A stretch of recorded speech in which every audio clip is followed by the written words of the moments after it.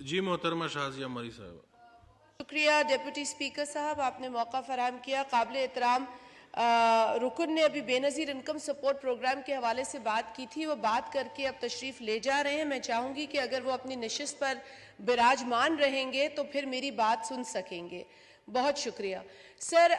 मैंने इसी फोरम के ऊपर इस ऑगस्ट हाउस में, आपको भी याद होगा कि बेनज़ीर इनकम सपोर्ट प्रोग्राम का जो इस वक्त का पेमेंट मॉडल है उस पर ख़ुद ही तशवीश का इजहार किया था।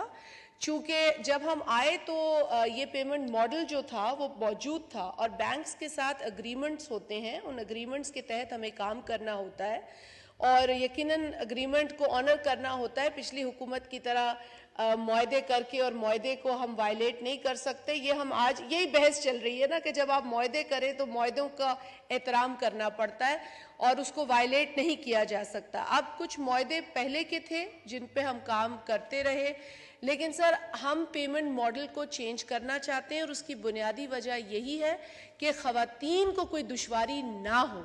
इस वक्त ख़वातीन जब कतार में लगती हैं और कतार में लगने वाली ख़वातीन को जब वो पॉस एजेंट, जो पॉइंट ऑफ सेल एजेंट जो बैंक की तरफ से दिया जाता है, वो उसकी उस वल्नरेबिलिटी को, उस सिचुएशन का नाजायज़ फ़ायदा उठाता है, तो हमें भी इसकी तकलीफ़ होती है, हम इसका नोटिस लेते हैं।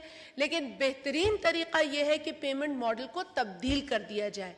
हम डिप्टी स्पीकर साहब आपको पहले भी बता चुके हैं हम कि इस पेमेंट मॉडल को चेंज करने जा रहे हैं। अभी कुछ एक माह के अंदर कोशिश ये की जा रही है कि इसको पायलट किया जाए और ख़वातीन को बैंक अकाउंट्स जो हैं वो खुलवाने की सहूलत दी जाए। जब ये ख़वातीन अपने बैंक अकाउंट को ओन करेंगी तो आप सोचें कि कितनी एक उनके अंदर एक नफ्सियाती तब्दीली भी आएगी, उनके अंदर एक मज़ीद एक कॉन्फिडेंस आएगा कि वो बैंक अकाउंट्स को ओन करती हैं, वो ओनरशिप आएगी, फाइनेंशियल लिटरेसी आएगी, बहुत सारी नई चीज़ें हम इस